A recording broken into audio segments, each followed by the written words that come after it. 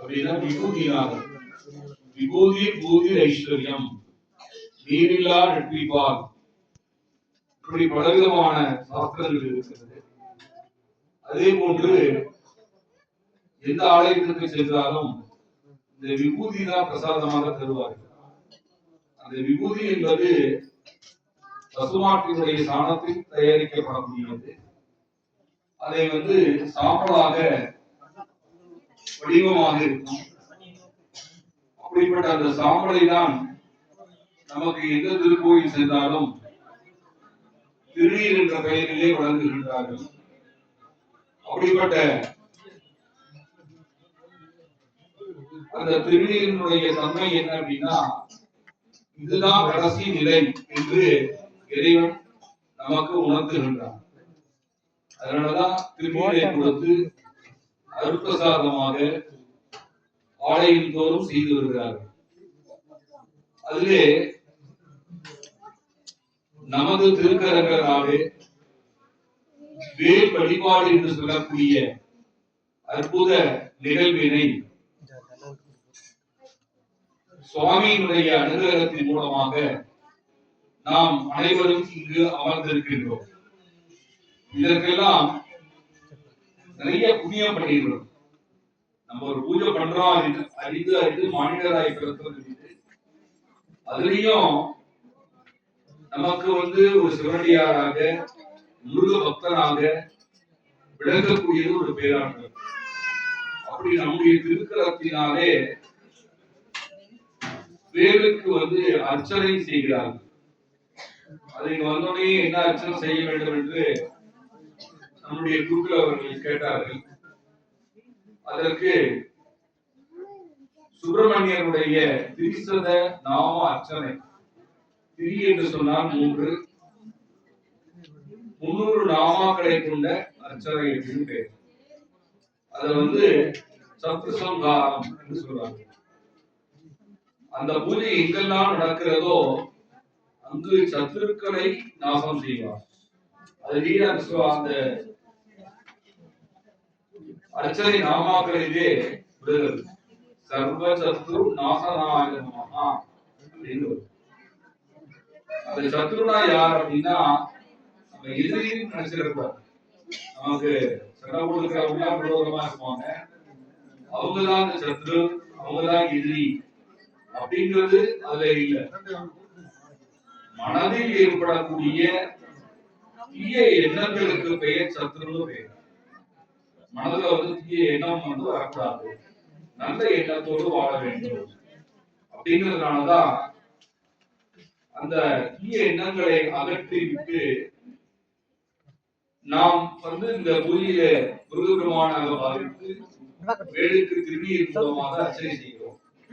300 திருநாமாக்கள், முருகப்பெருமானுக்கு 6 விதமான முகங்கள், அதுல ஒவ்வொரு முகத்திற்கும் 50 அர்ச்சனைகள் செய்வார்கள். அதன் பிறகு ஒவ்வொரு முகத்திற்கும் ஒரு தீபாராதனையானது நடைபெறும். அப்படிப்பட்ட ஒரு அமைப்பு நமக்கு இறைவன் இன்று இந்த ஸ்தலத்திலே ஏற்படுத்தியிருக்கிறார். அதே மாதிரி நம்முடைய குல மரபுல முதல்ல என்ன நம்ம செய்யறோம், எந்த பூஜையா இருக்கட்டும், எந்த மங்கள காரியமாக இருக்கட்டும், என்ன செய்வோம், முதல்ல தீபம் ஏற்ற வேண்டும். அந்த தீபத்திற்கு தான் அவ்வளவு ஒரு பெரிய மகிமை. அந்த ஒளியானது நமக்கு ஏற்படுத்த வேண்டும். அதே நம்ம பிறந்த நாளுக்கெல்லாம் கீழ்பட்டும் போது மெழுகுவர்த்தினால நம்ம ஏற்றோம், அதெல்லாம் தவறு. அதே மாதிரி நம்மளுடைய பெயரை அந்த கேட்ல வடிவமாக அமைப்பார்கள். அதை விட்டும் பொழுது அதுவும் தவறாக இருக்கும். ஏன்னா நம்ம தீபத்தை ஏற்றக்கூடிய பரம்பரையில் பிறந்தவர்கள், தீபத்தை அணைக்கக்கூடிய பரம்பரை நமக்கு இல்லை. அதனால மெழுகுவர்த்தி ஏற்றுறது, அணைக்கிறது, இது மாதிரிதான் அப்படிங்கிறதுனால இந்த தீபம் ஏற்றணும் அப்படிங்கிறதுதான் நமக்கு கூட மரபாக நம்முடைய பெரியவர்கள்லாம் சொல்லியிருக்காங்க. ஆனா முருகப்பெருமானுக்கு மிகுந்த சோதனை. ஒரு குன்று இருக்கும் இடத்துல எல்லாம் அந்த முருகப்பெருமான் நல்லாட்சி. அப்படி இருக்கக்கூடிய இடத்துல ஒரு தீபம் நம்மளால ஏற்ற முடியல அப்படிங்கும் பொழுது எல்லாருடைய மனதிலும் ஒரு வேதனையானது இருக்கின்றது. அப்படி அந்த முருகபெருமானிடத்திலே நாம் பிரார்த்தனை செய்வது என்னவென்றால், அடுத்த முறையாவது திருப்பரங்குன்றத்தில் தீப ஒளி ஏற்றி மழை பிரகாசிக்க வேண்டும் என்று மனதார இறைவனை பிரார்த்தனை செய்ய வேண்டும். அப்படிப்பட்ட ஒரு அந்த பூஜையில வேல் பூஜை அப்படிங்கிறது மிக உன்னதமான பூஜை. அதுல இந்த சத்துசம்பார மந்திரங்கள் காதால் கேட்பதும் மந்திரம்னு சொன்னாலே, யார் ஒருவன் காதால் கேட்பதும் அந்த நாமங்களை யார் ஒருவன் உச்சரிக்கிறானோ அவனை காக்கும் என்று சொல்வார். அதுதான் மந்திரம் அப்படின்னு பெயர். அப்படிப்பட்ட ஒரு உன்னதமான மந்திரத்தின் மூலமாக இங்கு அர்ச்சனை செய்ய இருக்கிறார்கள். அந்த நேரம் நமக்கு ஒரு ஃப்ரீ டைம் அப்படின்னு சொல்ற நேரம். அந்த நேரத்தில் நம்முடைய முருகபெருமானை மட்டுமே மனதில் நினைத்து அந்த நாமங்களை காதால் கேட்டு அர்ச்சனை செய்ய வேண்டும். அப்படி செய்கின்ற பொழுது நீங்கள் எண்ணிய காரியங்கள் எல்லாம் மிக விரைவாக நடைபெறும். அதற்காகதான் அந்த வேல் பூஜை.